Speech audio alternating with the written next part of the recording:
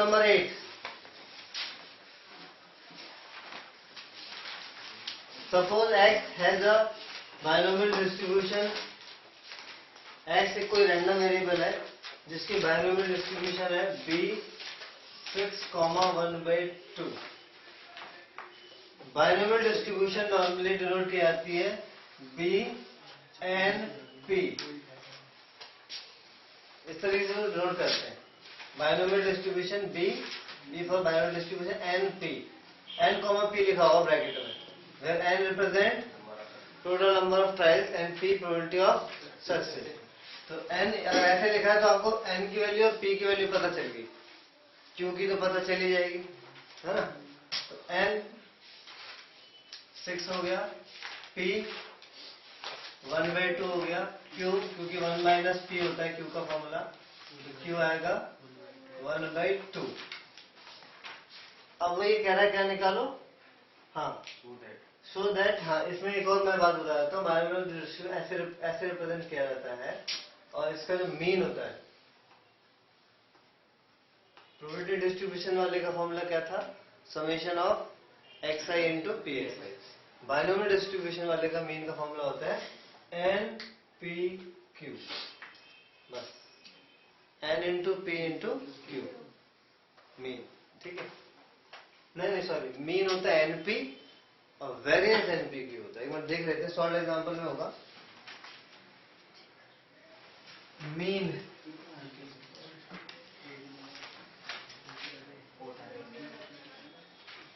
Mean शायद np होता है, देखिए जरा.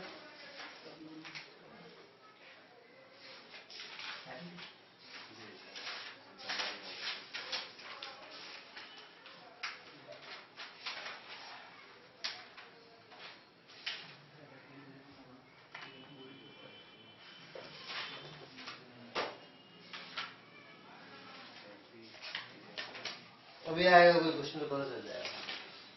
इसको भी मिटा देते हैं. मीन np होता है, फिर वेरिएंस np q होता है. हाँ n6p दिया हुआ है, q पता चल गया. अब उसने बोला prove that x is equal to 3. Random variable जो 3 है ये मोस्ट लाइकली आउटकम है. लाइकली आउटकम का मतलब जिसके आने की संभावना सबसे ज्यादा है. तो अगर x आपने 3 लिया,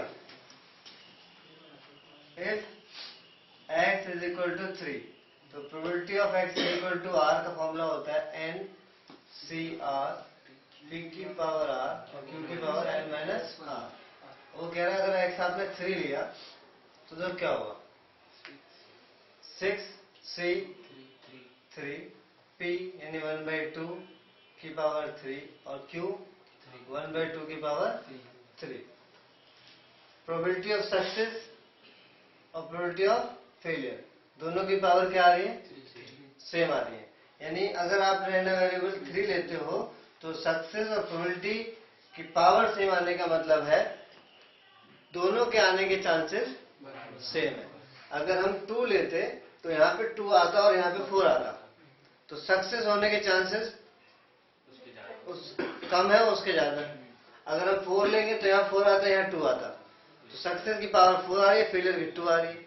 तो दोनों अगर 3 लेने से हो गया है, दोनों की पावर सेम आ रही है. इसका मतलब x is equal to 3 is the most likely outcome. ठीक है, और इसको सॉल्व करेंगे तो इसकी प्रोबेबिलिटी भी सबसे ज्यादा आएगी. दूसरी बात, क्योंकि हर क्वेश्चन में आप यहाँ पे 1 लो, 0 लो, 2 लो, 3 लो, 4 लो, 5 लो, 6 लो, कुछ भी लो, इस हिस्से का सॉल्यूशन सेम रहेगा नहीं रहेगा.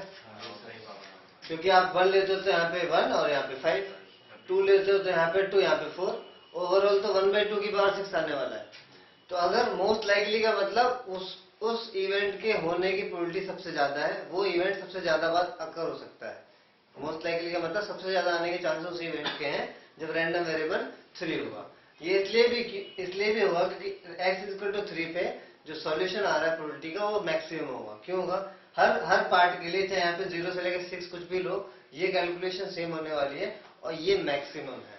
6c0 1 आएगा, 6c1 6 आएगा, 6c2 15 आएगा, 6c3 कितना आएगा, नीचे 6 काटो तो 20, 63 20 आएगा, और 64 फिर से 15 आएगा, 65 6 आएगा, और 66 1 आएगा। तो 63 की मैक्सिमम वैल्यू हो रही, बाकी सभी कॉम्बिनेशन में। ठीक है, तो since probability of x is equal to 3 is maximum of all